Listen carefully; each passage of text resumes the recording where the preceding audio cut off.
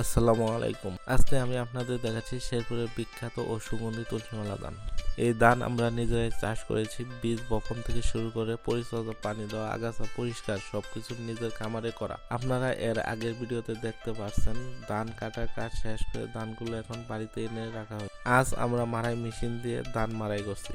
মাড়াই মেশিন ব্যবহার করলে সময় কম লাগে, শ্রম বাঁচে, ধানও পরিষ্কার হয়। আপনারা দেখতে পাচ্ছেন মেশিনে ধান দেওয়ার পর ধান আর খড় আলাদা হয়ে যাচ্ছে। খড়গুলো পরে গরুর খাবার হিসেবে ব্যবহার করা হবে, কিছুই নষ্ট হয় না।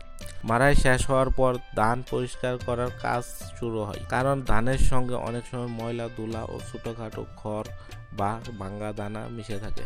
এই ধান পরিষ্কার না করলে চালের মান ভালো হয় না। আমরা ধান ভালোভাবে ঝাড়াই করে পরিষ্কার করছি, যেন চাল বানানোর সময় কোনো ময়লা না থাকে। পরিষ্কার ধান থেকে ভালো মানের চাল পাওয়া যায়। এই তুলসীমালা ধানের সবচেয়ে বড় বৈশিষ্ট্য হলো এর সুগন্ধ। রান্নার সময় ঘরে এক আলাদা ঘ্রাণ ছড়িয়ে পড়ে।